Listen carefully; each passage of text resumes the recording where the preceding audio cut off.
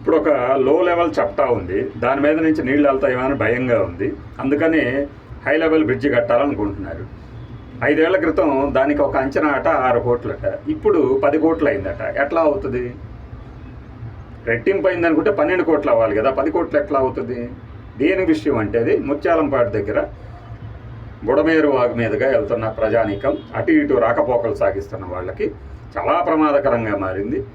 అప్పటి ప్రభుత్వం, వైఎస్ఆర్సీపీ ప్రభుత్వం అప్పుడు నిధులు కేటాయించకపోయినా వసంత కృష్ణప్రసాద్ గారు చాలా పోరాడి డబ్బులు తెచ్చుకున్నారట. డబ్బులు తెచ్చుకొని లో లెవెల్ చప్టా కట్టించారట. అది సరిపోవట్లేదు, ప్రమాదాల బారిన పడే ఉంది. శిథిలమైన పోయిన వంతెనలేమో ద్విచక్ర వాహనాలు వెళ్తున్నారు, పెద్దదాని మీద ఏమో ఇవి వెళ్తున్నాయి. ఇది కాదు ప్రమాదం, ఇది పెద్ద బ్రిడ్జి కావాలి అని చెప్తున్నారు. పెద్ద బ్రిడ్జి కావాలంటే 10 కోట్లు కావాలట. అది ఎంత దూరం బ్రిడ్జి, దానికి 10 కోట్లు అవసరం అవుతాయా? అంచనా వేయండి. జస్ట్ అక్కడ ఫ్యాక్ట్స్ తీసుకోండి. ఎంత మేర హై లెవెల్ బ్రిడ్జి అవసరము మనకి అంటే ఎంత దూరం, 100 మీటర్లా, 200 మీటర్లా, కిలోమీటరా, ఎంత ఖర్చు అవుతుంది?